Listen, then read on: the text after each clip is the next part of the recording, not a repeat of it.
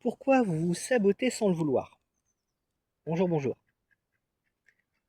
Alors, effectivement, souvent, on va se saboter tout seul. On va mettre des choses en place, avoir la volonté, l'idée, la décision de faire une chose, et pourtant, ça va se saborder. Et quand on regarde où est-ce que ça s'est sabordé, eh bien, la plupart du temps, si on est honnête et qu'on observe vraiment la situation sans jugement, on va se rendre compte que c'est nous-mêmes qui nous sabotons. Simplement à cause de nos émotions non résolues, à cause de nos traumatismes.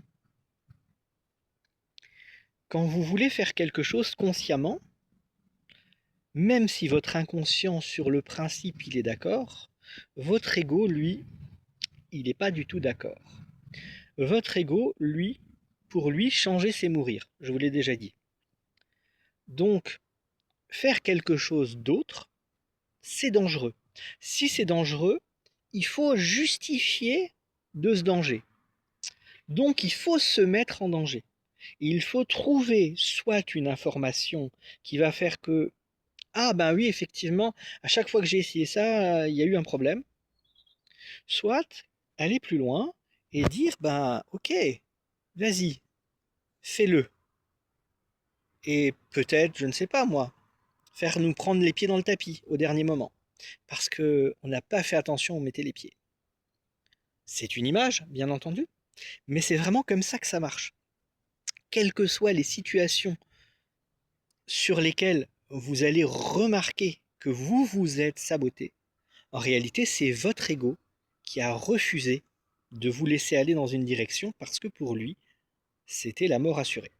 Pour lui, pas pour vous. C'est pas évident forcément de le remarquer. Pour ça, ça demande une petite introspection et quand quelque chose ne fonctionne pas, voir vraiment ce qui fait que ça s'est cassé la figure. Pas mettre la faute sur les autres, sur pas de chance, sur les événements, sur la situation géopolitique, je ne sais pas quoi d'autre. Non. Juste, ok, je voulais faire ça, voilà ce qui s'est passé, comment j'en suis arrivé là? Est-ce que j'aurais pu faire autrement? Éventuellement, qu'est-ce que j'ai fait de travers? Pas pour vous culpabiliser, ou pour avoir honte, juste pour comprendre le mécanisme. Et pouvoir vous dire à un moment, ok, je sais comment ça marche, la prochaine fois, je vais faire en sorte que ça n'arrive pas ainsi. Par exemple, prendre une décision et sachant que l'ego a tendance à saboter ce genre de choses parce qu'il a peur, au moment où la petite voix, le petit machin, attention, tais-toi, je veux pas t'entendre, j'ai pris ma décision, on en reparlera plus tard. Quitte à dire ça à haute voix, on s'en fiche si vous passez pour un dingue, au contraire, c'est souvent les gens qui se parlent à haute voix qui sont les plus intelligents. Des études très sérieuses qui le montrent. Donc simplement, osez dire à votre inconscient de fermer sa gueule. Mais pour ça, il faut savoir comment ça marche. Il faut comprendre à quel moment il a appuyé sur le bouton, à quel moment il a dit attention, danger, à quel moment. Et quand ça se reproduit, lâchez le truc. Dites-lui de se taire. Ça vous intéresse pas. Passez à autre chose. Au pire, ça marche pas.